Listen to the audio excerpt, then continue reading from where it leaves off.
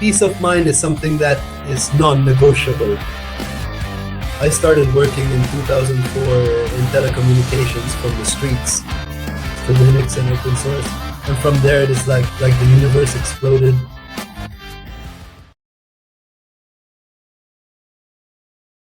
Aurora Talks. Welcome to Aurora Talks, the Human Protocol, a series by MateKraft. This season focuses on how decisions are made and leadership works when change accelerates and technology redefines the game. Quiet conversations, real experience, and a human look at how we build and how we work. Real experience. Real conversation.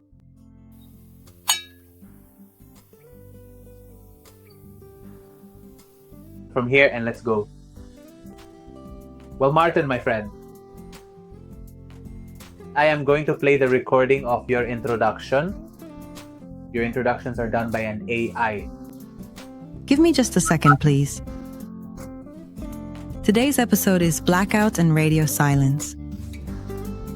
Blackout is when you are left in the dark and the service goes down. Radio silence is what comes after, when no one dares to talk about the elephant in the room. The guest is Martin Alejandro Campff from Rosario, Argentina. Telco with street smarts, very involved in firmware, security, and community. The kind of person who shows up when there is trouble.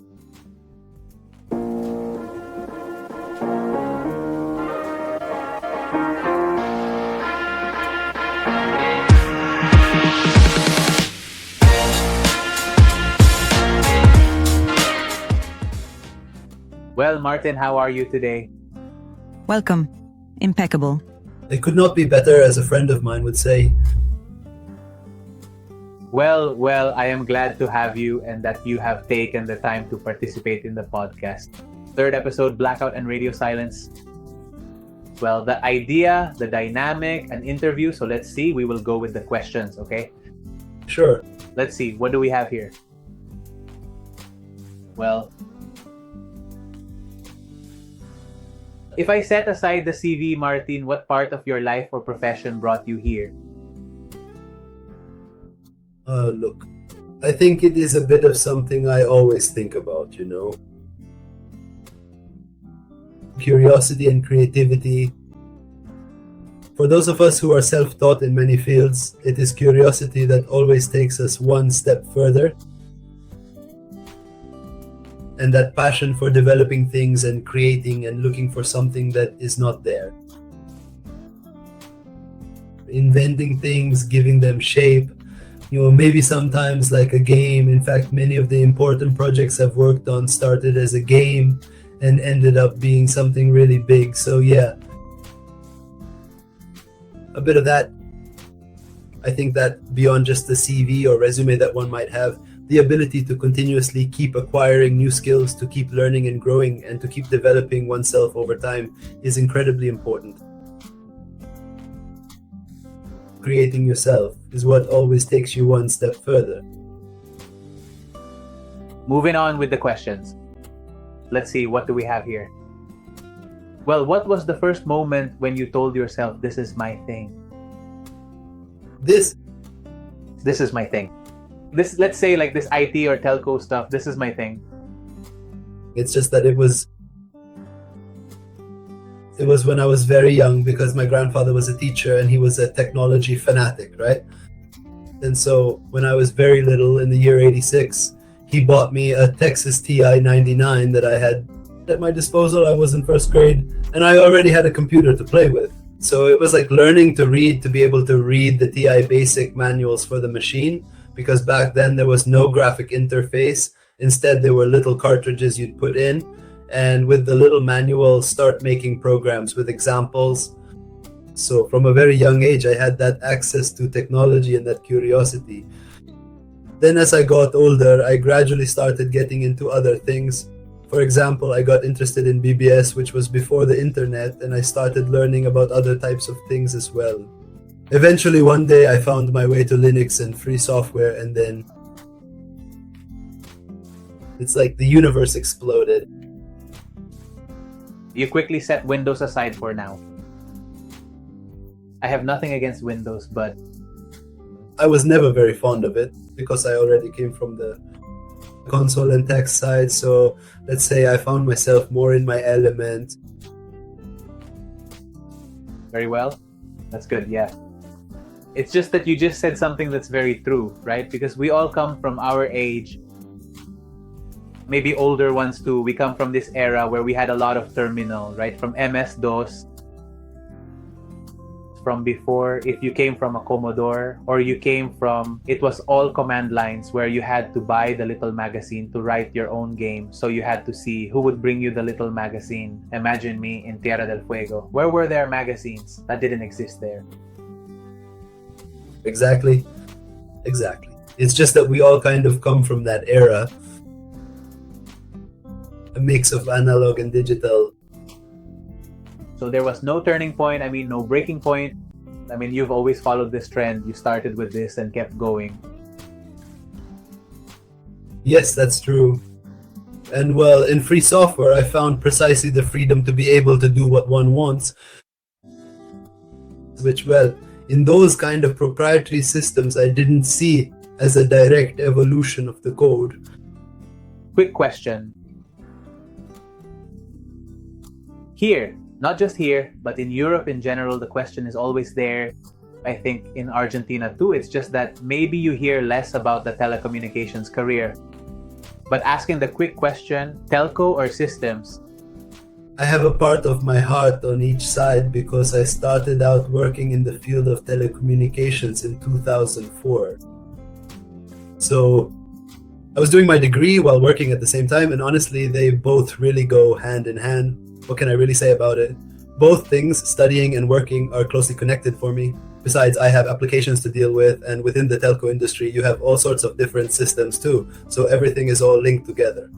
I see it as a whole, I really do. When I look at it, I see the entire picture as one big interconnected whole. I truly see it as a whole, and that's exactly how I approach it every single day.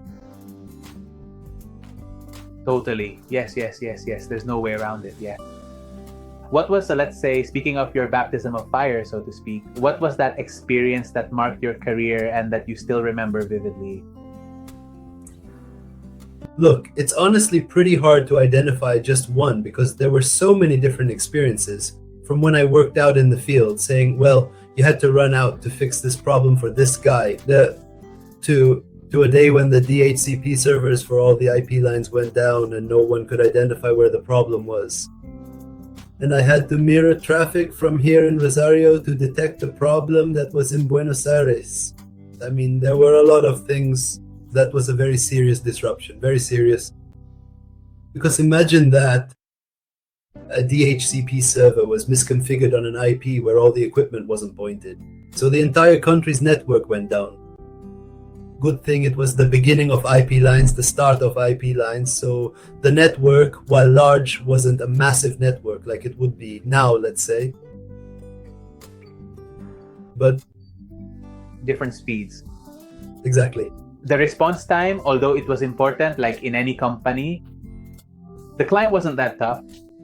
Sure, no. Even teams with toys were actually very few and far between, at least here in the interior. But, well, the impact was for the entire area of the company. And, well, that was one. And then, during the pandemic, I also had complex situations, right? The pandemic was a separate thing because telecommunications were critical and, our work area was the entire coast and it was complicated to travel and, difficult. That was very difficult. All right. Well, and what did you learn? Let's say, what did you learn from these experiences that are the ones that forge you? Well, look, with time, really, as time goes on, but with time, because honestly, some things only really click or make sense much later on, right? Sometimes it just takes a while for things to truly fall into place, Yes, that's absolutely true. It's those things that when you do introspection, self-analysis of everything, of all the water that went under the bridge, it's like things click maybe much later on. So now when you look at it from a distance, I think that honestly, what I have found is that I learned to cultivate a little bit more patience in my life, to really try to take things from another point of view, to pause and reflect. to say, look at all this that happened that could be resolved, where one was sometimes under a level of pressure but monstrous, because there were things that had to be done with some urgency. I just learned recently, especially lately these days, as I'm doing a bit more self-analysis and personal reflection, I've learned to take things a bit more calmly. To say, look at all that happened, all that was overcome. All right. I mean, like, resolving with a sense of more serenity. Speaking, right, of how one matures, learns, and so on, today, what thing do you not negotiate, even if you're under pressure? No, exactly. Peace of mind is something that is not negotiable. Peace of mind is something that is not negotiable. It reaches a point where if you lost your peace of mind, you start to break the balance in a lot of things. So then it's something that is difficult, that sometimes also depends, right, on finding your own balance, on balancing work things with personal ones, with activities, with a lot of other things. But mental peace is absolutely fundamental to our well-being. When there's something you just can't figure out and it takes that peace away, you have to find a way around it. Let's see. And true, but for example, what tells you this is going to blow up? I mean, before it blows up, do you feel it? Let's say, do you have that sixth sense in Spider-Man mode? I don't know about a sixth sense in Spider-Man mode, but honestly, when you work in certain teams and you see certain behaviors and certain guidelines and things that you know aren't really on the right track, you can see it coming. Sometimes you just know it's going to blow up. There's something that already tells you, that makes you suspicious. Yeah, when there are unclear directives that go one way one day and another the next, no methodology is maintained and methodologies keep changing, work teams rotate, they make reshuffles in different ways, both in tasks and team directors. You start seeing that they just can't figure it out, and that's when everyone begins to lose their peace of mind. Things start to get tense and, well, it gets complicated. Really, it just keeps getting more and more complicated. Yeah, I get you. I really do, Well, honestly, there are just some things that you can only truly learn with age, right? Yeah, absolutely. Besides, Argentines are more used to those things, right? Because we already come from a somewhat chaotic pseudo-organization, politically and economically. So it's like we're more used to sudden shifts, to going back and forth. And that gives us significant flexibility, even when it comes to working. But, well, it reaches a point where those things start to clash and cause imbalance. The same happens with the economy, the same happens with work teams, let's say. So we Argentines are used to the blackout? We're used to the blackout. Yeah. We're used to the blackout, Honestly, I think a bit that we even had, for quite a long period of time, significant technological difficulties when it came to accessing communications for many years. The technological and communications evolution was very slow at some point in Argentina. Even after the major privatizations a long time ago, the evolution of the networks was very, very, very gradual, and across the vast stretches of land that we have, the development of the networks was very slow. Yes, absolutely. I still clearly remember talking to people in Spain, or even just to myself, back when I didn't live around here. And when I was traveling and seeing the internet speeds they were talking about, it really stood out to me. Or when you played back then, let's say post-BBS, right? And they were starting to, let's say we were starting to move away from modems and towards cable modems or things like that. And how you could see that the rest of the world was going much faster than us, let's say, and that, well, we were always a little bit slower in that regard, but I think that nowadays we're up to speed, aren't we? If I'm not mistaken, for example, the other day I heard a statistic saying that Chile is one of the countries with the highest speeds in America, the entire American continent. Yes. In fact, from personal experience and having interacted with foreign contractors in the development of mobile networks here in Argentina, with whom I'm still in contact, they told me that in terms of 4G and 5G networks, we are much more advanced than some countries like certain sectors of Mexico, Colombia. Well, in Peru, particularly when it comes to the implementation of new bands and those kinds of things, it's like our network already has a lot of those things deployed while they haven't even started to deploy them yet. So, it's like it's really been gradually settling in, right, for a little while now, a bit. But we were always used to that blackout, to having to deal with poor quality, slow, expensive connectivity. And, well, that evolved. It evolved. I think the first thing that evolved was the mobile network. Let's say what evolved the most, right? It's like with the mobile network, we were much faster at catching up with the rest of the world. And with broadband, I think we were always a little bit further behind. But it sounds to me like at some point, it's even a commercial matter. Like, until they finish squeezing every last drop out of a certain thing, we didn't move on to the next sales stage, right? Because the competition wasn't going any higher either, so I can keep getting more out of this. But that's just my opinion. No, it's just that, in fact, today I think the focus of large companies in that regard is to provide an ever better experience, right? Yes, of course. Beyond the speeds, because it reaches a point where you can keep increasing the speed, but you have no way to take advantage of it, because you tell me, let's see, what is the total number of devices that are included in the entire customer base across a particular country overall? You have Wi-Fi 7 to take advantage of speeds higher than a gig, right? Then you can count them on the fingers of one hand. So, and today for a 4K video transmission with 50 symmetric megs, it's more than enough. So you say, okay, how much more can it keep evolving? The bandwidth. Versus when we talk about actually giving a good bandwidth, but instead providing a much better overall service experience, right?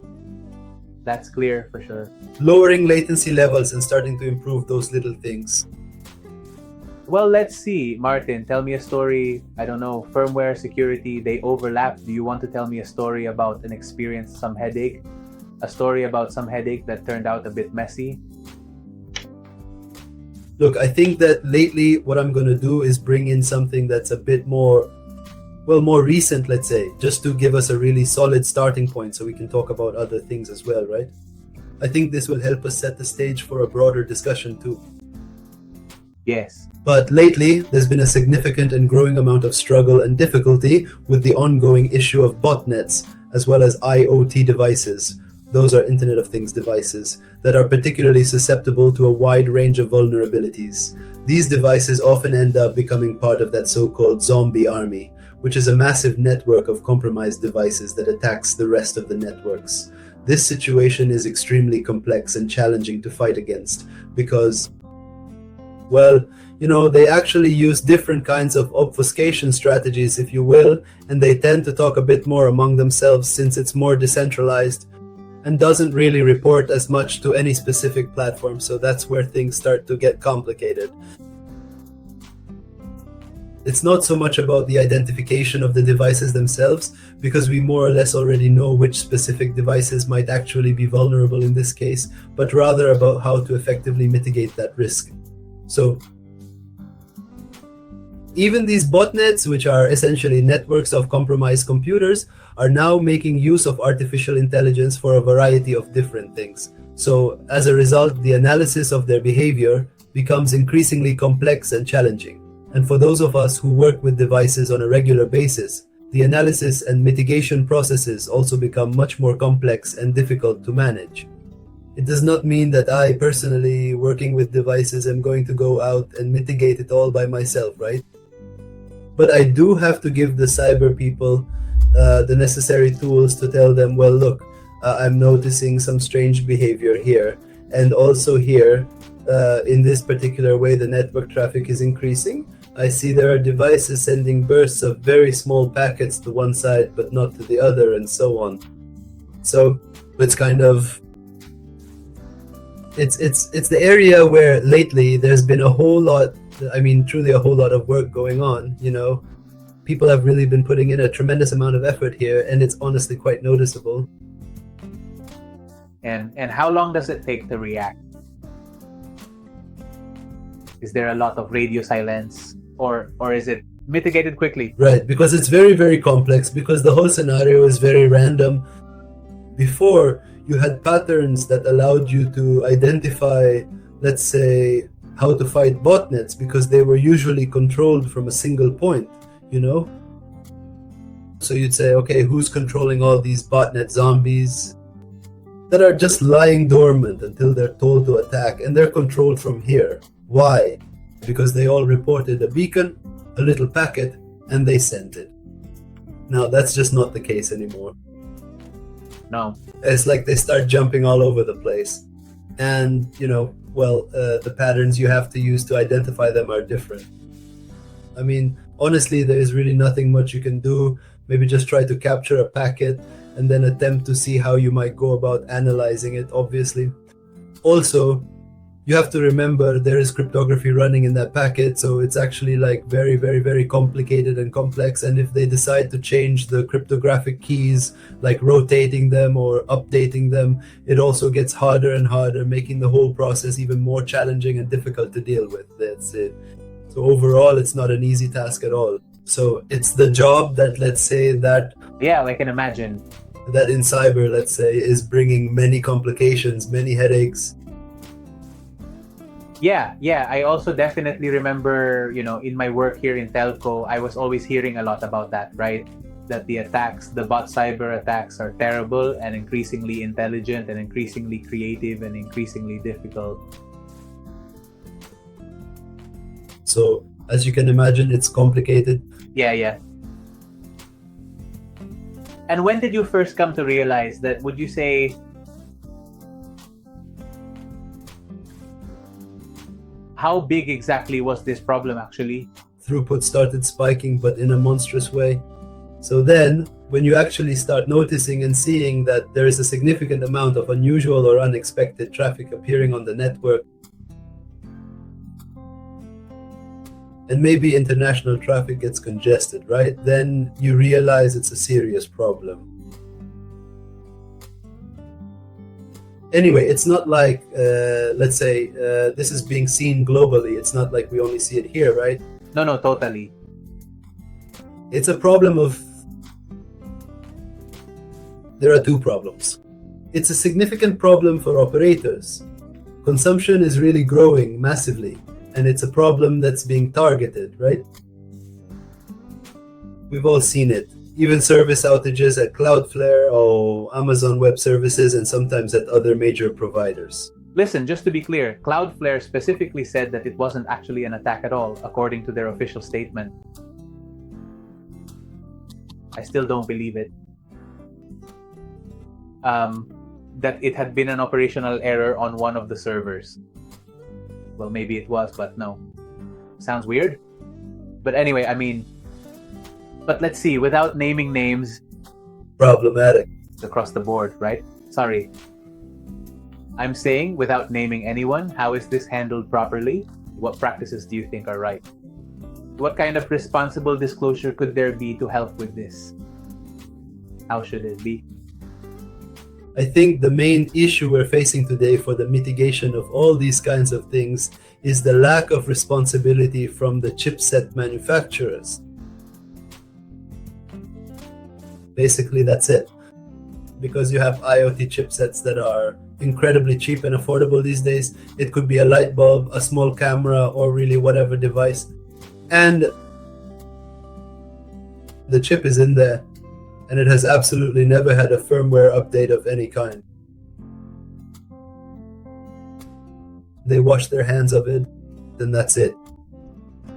But that's so interesting what you're saying, because back when Alexa was first coming out and Google Home was just launching, and these devices started appearing, devices that were specifically intended to control different aspects of home automation. As these devices became more common, the protocols that allowed them to communicate and work together also started appearing alongside them, right? So what are the protocols that these IoT devices are now starting to have or need to have in order to connect and integrate in a slightly more responsible way? What are the protocols that allow them to integrate more simply or to handle certain protocols for connecting and communicating with each other? And that gave the impression that it was like a first step or a first path towards, well, let's see, we want to do things right. We're trying to ensure that security eventually comes from that. But it's like, at some point, it seems these big projects lost their way. They stopped being trendy. And it caused all the IoT that existed to get distorted, at least at the domestic level, right? And that cyber insecurity was rampant. Sure, by not having firmware updates for the chipsets, devices appear that are just hanging out there on the internet. An old and beloved DVR that managed 4 wired security cameras. Those devices never received another update. Not for the Linux inside, which comes with kernel 3.6, nor for anything else. So when a vulnerability appears that affects an old kernel or a bunch of other things, they have no patch, there's no way to patch it, and you can't explain to the average person that they should turn off their 4 security cameras. So you start encountering a problem that becomes increasingly difficult to mitigate, mainly because of everything we have already discussed. Because those vulnerabilities are still out there on the street and they keep finding better ways to obfuscate them. And you have no way to fix it. You can't tell them, hey, look, your Android TV that doesn't have... Because that's another thing. TV manufacturers are terrible. They're the worst. There isn't a single one that gives you a firmware update except now with Android TVs, but not really. Not really. So, you can't tell the guy at home to disconnect his TV from the internet. No, and besides, let's say when there's little regulation too, that's where it also enables a lot of situations like data leaks, taking data to analyze for ads, which may or may not be the case. Regardless if it's for ads and it's not declared, sometimes even the right way is also incorrect. Exactly.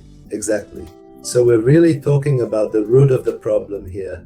Let's say the very heart of the matter. It's the chip manufacturer that irresponsibly doesn't put out any more updates.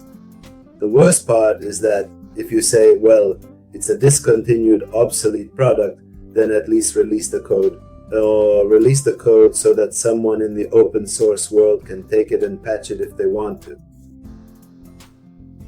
But no. That code stays there, so it remains exploitable, it can't be updated, and that's where you hit the snag, so to speak. Meaning, how do you explain to the customer that they have a device that's performing denial of service attacks? For example, from the telco side, right? If we look at it from the telco side. How do you tell Mrs. Smith to turn off her cameras? You can't. So you have to go out and mitigate it yourself, however you can. I don't know. And making decisions that might be unpopular, right? And unpopular with the average customer and the cost that comes with that, right? Because sometimes the decision is just to cut it off. Turn off the tap, create a blackout in this case. Yes. And I think one of the problems most customers have with telcos is the radio silence. Because I often feel like the service goes down and you as a customer have no idea what's happening on the other side. And that's an immediate degradation, and the frustration grows as the minutes and hours pass because you don't have any information. The user experience is completely degraded. Exactly.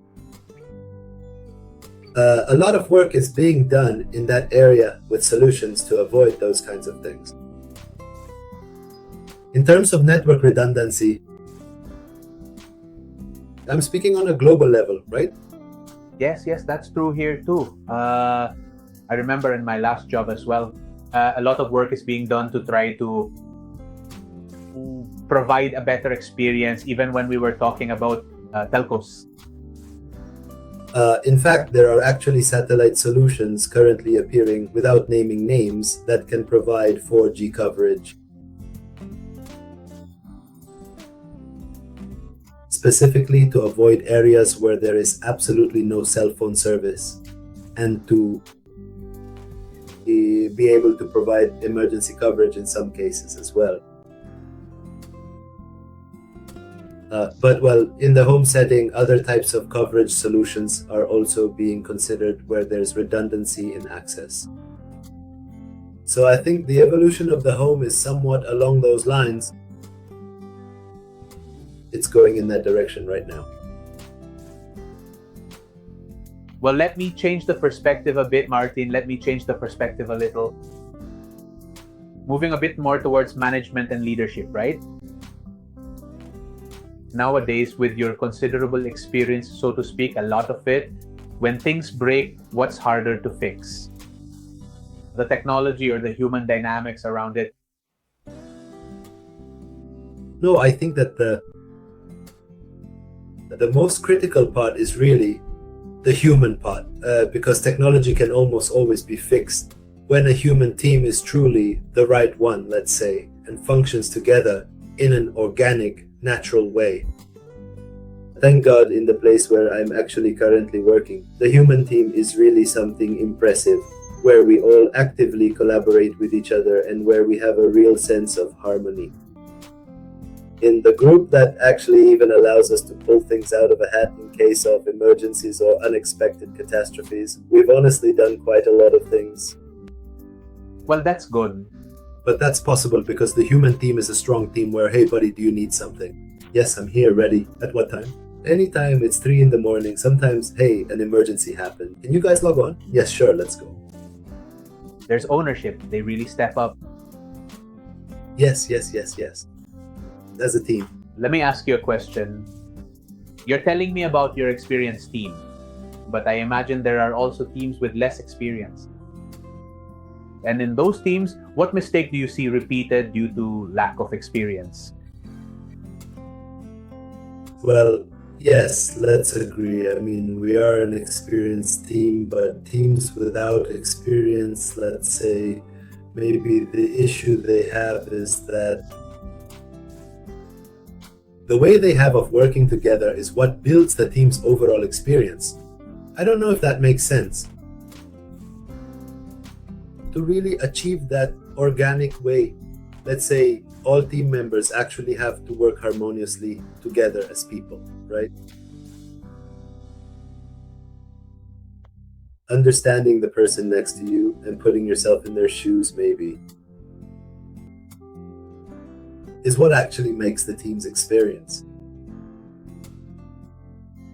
What's important in a team generally is the human quality.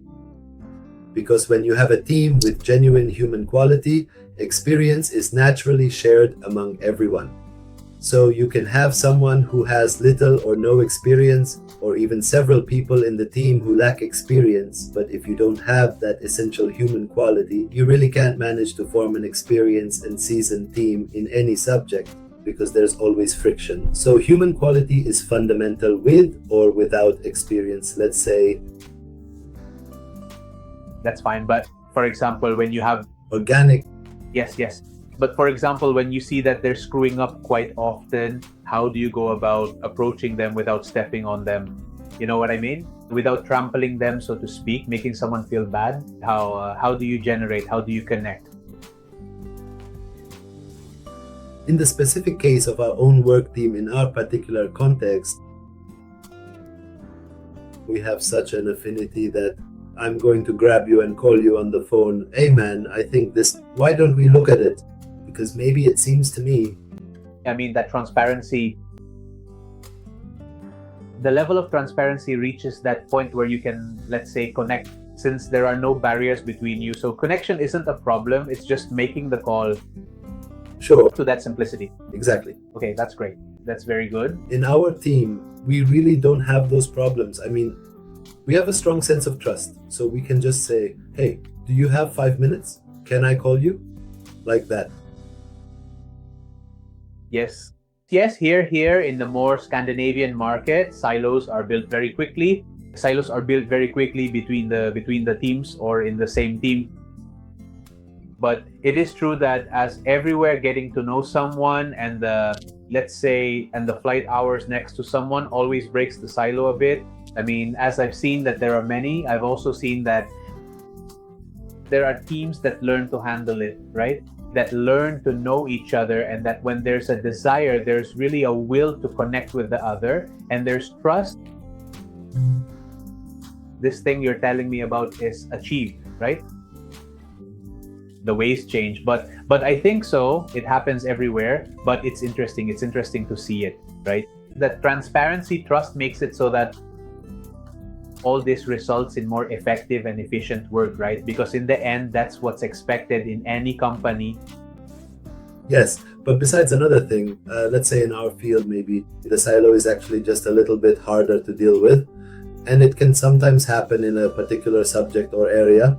But since the interaction is generally quite broad, let's say, for example, among the different members of the group, it can still occur. Maybe you can get together for 2 or 3 days with. You might ask a colleague to look at some particular topic or area, but then ultimately, because of our group dynamics, everyone ends up interacting with everyone else. So the silo becomes something a bit more complex, let's say. It's not that they won't get pigeonholed, because maybe there are 2 who worked one day on a project, on a part of the project, and tomorrow I'll meet with 2 others, and part of those 2, and so on. So it's like we're working mixed with one another in everything. So, well, it actually gets a bit more complicated, especially when you try to form those little niches, you see. That's fine. That's good. Well, with artificial intelligence on the table these days, specifically, what has changed in your work recently and what excites you about this? Really, with AI? It changes us. I'm going to speak a bit in general, right? It changed things for us in terms of using it for repetitive, monotonous tasks, let's say, where you had to go around doing a lot of things that took up a lot of your time and where it was generally always the same thing, right? So what it came to solve is a bit of that issue, specifically the repetitive part. Yes, on the other hand, it allows for a more thorough and detailed analysis, let's say, of possible problems in the field of what is telco. A bit of predictive as well, of failures. That's the part, let's say, of the solution. Yes, I think it has to be used with a bit of responsibility, right? Because you think so? You really have to double check several times what it actually gives back to us. Yes, without a doubt. I think we really need to make a more responsible use of it, especially when it comes to this, right? Then another thing I see, or rather something else that I noticed, is that it really should be used as a help, as a support, and not as a detriment or a disadvantage to anyone. Why do I say this? Because if you use artificial intelligence to solve something that you could solve in more or less the same amount of time, don't use it.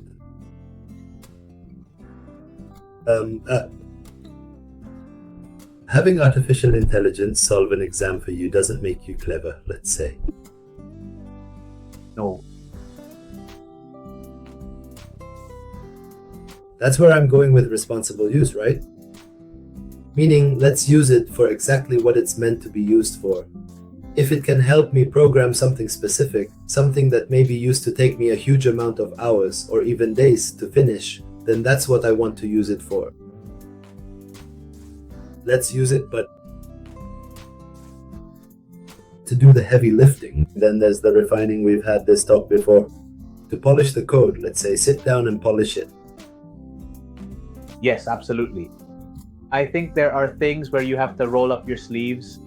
In fact, my question also comes a bit from all these things we're discussing, right? What do you think should never change? That was going to be my next question, even if everything speeds up. And I think it's this, right? It's coming down to saying, look, there are little things that would still be good if one did them. Let's bring it down to earth. Let's say you can't ask AI for everything. Let's be a bit more conscious of using AI for ourselves precisely, because otherwise you start getting used to AI solving everything for you. So I think a challenge we'll have in the future, especially in education, is teaching how to think, because people are getting so used to asking AI things that they don't really think, or they think less and less as time goes on. So a future problem will be teaching people how to think. AI is making people use their heads less and less. Read less and listen more to what AI gives back. Still, at some point, I think if AI is going to solve certain more technical issues for us, what's the part left for us to solve? And I think it comes more from the humanity side. I think it comes more from the topic of discourse. Learning to speak a bit better, having better discourse, learning to communicate better. Speaking better, I don't know if that's the word, but communicating better and connecting a bit more with each other. And maybe what's left of us could be more about creativity or finding ways to improve. We're social beings, we always say, right? The human as a social being. I mean, enhancing those socializations, connecting better with people, talking more. Maybe that's where the next challenge lies. We've been alienating ourselves, and now reconnecting, because it solves so many problems that maybe we have that time to connect again. We still know how so well. That's a bit of the game. I think that's what scares me too.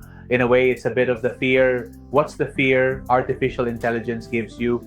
And I think these things are a bit of how you see the future coming for you. The thing is, we honestly haven't even seen the tip of the iceberg yet. There is still so much more to come. Just the other day, I had a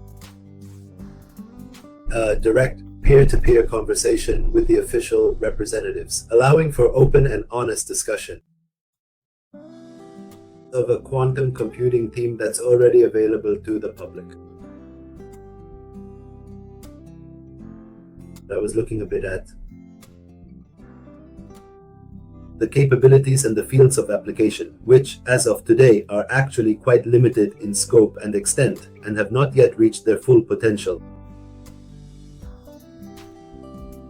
But we'll see the tip of the iceberg with artificial intelligence when quantum computing is more evolved. And it's not that far off. Maybe some experts 2 years ago estimated it was about 20 years, and today they had to retract because it's getting closer and closer. So we're going to see the true potential of artificial intelligence right there. And quantum computing is going to come and change the whole technological paradigm we have until today. I mean, from that point on, things start to be rethought from another point of view. Yes, I often hear that people are very worried about how much energy artificial intelligence consumes, which is a lot. And I think it's true, and that we should be a bit more aware. But I think even that is a problem that artificial intelligence itself might eventually solve, right? But the more transcendental and philosophical concerns, artificial intelligence won't solve those for you. I think as humanity, we have to take charge of that, because artificial intelligence doesn't solve that for you. Sure, absolutely. We're going to have to focus on that. Now, if we look at technological changes, we haven't seen the most severe changes yet. They're the ones that will actually ultimately come from quantum computing. Quantum for you is a turning point because it'll impact many technologies, including security, significantly. Yes, especially in security. The way quantum computing processes data is totally different, and the parallelisms are monstrously larger. We're going to see a whole significant change in everything that is technology, especially besides because they've already clearly demonstrated in practical applications that quantum computing can use the same fiber optics currently used for the PON networks we have now. So,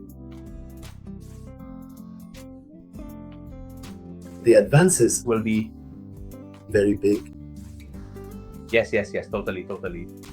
Well, let's see. If we look at the episode, today's, we do a bit of a callback, right? Of what we've been chatting about. If in this last part, the AI part was very good, in general, we were talking about blackout and radio silence. What scares you more, the blackout or the radio silence? Because radio silence, sorry, we didn't talk much about it, but we're talking about that moment where people don't communicate, or after the blackout, nothing is heard. I mean, it speaks of the lack of communication, right? I'm just bringing it up because we spoke little perhaps about that during the episode. We thought we'd talk a bit more, but in the end, what is your... You know what scares me more is the issue of the lack of communication. Because the lack of clear communication often leaves the door open to free interpretation, which generally happens when there is no communication or when there are communication errors. Sure, of course. So then, well, we already know. Rumors arise about this, that I think the most dangerous part is the lack of communication. Let's see, I'll ask you a question like this. I think it's very interesting. Is if you had an apprentice by your side for a day, right? Just one day. And like you want to transmit to them like as much as you can. Yeah, right. What would you have them look at so they grow, I don't know, 10 times faster? What would you explain to them? What would you transmit? Look, I always make a conscious effort precisely for the communication to be as clear as possible. To give examples that are understandable, with the years I spent on the street, in contact with the client, I learned how to communicate effectively with others. In a language where people, or the greatest number of people, can understand me, because it's very hard to explain to the lady who is cooking at home some kind of technical issue. So I always try to use examples. When I talk about Wi-Fi, I compare it with flashlights, lamps, to explain how it works, how interference works, the bounces, things like that. And I believe that the most important thing is effective communication. What is effective communication? It's trying to speak in a way where everyone understands you. Totally. So it's really the best way for you to communicate clearly, and in order to ensure later on that there are absolutely no misunderstandings, that it doesn't lead to double interpretations. So for me, that is fundamental. If I have to train someone, I'm going to try to have that person communicate with me and the whole team in the simplest way possible, even if we're talking about technical things. To always try to bring things down to earth, to make things as clear and understandable as possible. Yes, whenever I'm asked what's your strategy for leading teams and managing teams, I always talk about that. I talk about transparency, I talk about being clear, right?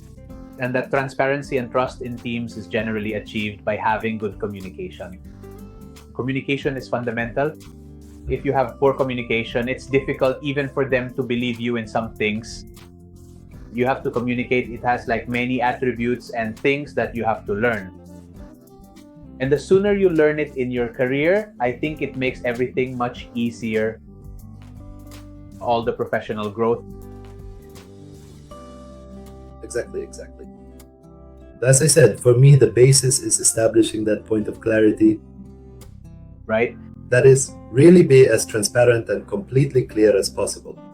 Try to take your conversation to a level where it can be understood by everyone, even if we're talking about things that might not be understood to everyone. I think the last question, I'll ask you one last little question. What are you still afraid of? I mean, the good kind, right? After so much time in your field, is there something you're still kind of afraid of and that gives you a bit of anxiety? You know what? No. It's lost there. You know what? No. You know what? No. Because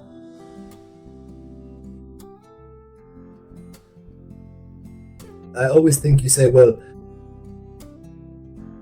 and today, after, I don't know, let's say about 20 some years, well, now you're being fired from where you are.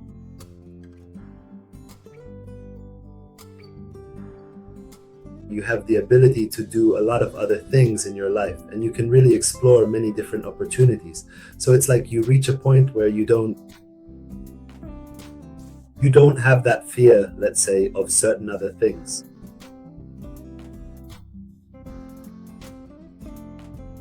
Now, fears might come from something somewhat more personal to us, but not from the standpoint of technology or in the job market. It's not something that, at least for me, could be a concern. I might be afraid of saying, well, in the meantime, could one of my children end up lacking something? Yes. But for the rest, let me see. Well, no. But not from Telco, not from the industry. No, not really. No, not from the industry. And can AI end up leaving us without work? And in some things, it might leave us without work. I mean, it could actually leave us without a job, but going back a bit to the beginning, for those who are self-taught, for those who can incorporate new knowledge and who have creativity and a hunger to discover new things, I don't think it'll be a problem, because that person has the ability to adapt, to reinvent themselves, to look for maybe some other field, I don't know, go into food cultivation technology, say.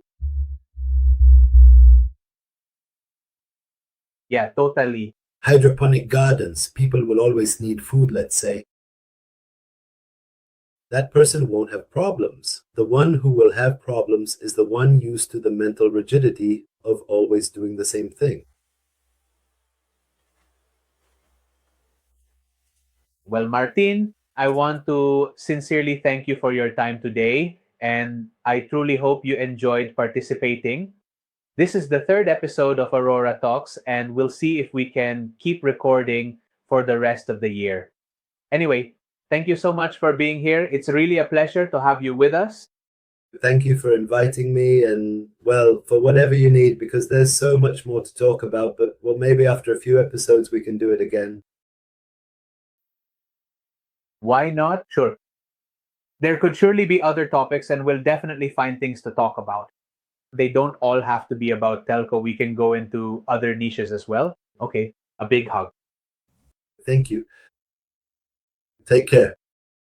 This was Aurora Talks by MateKraft.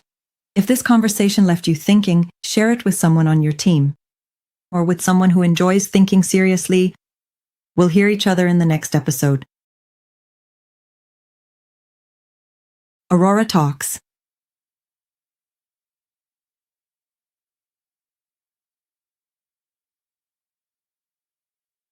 by MateKraft.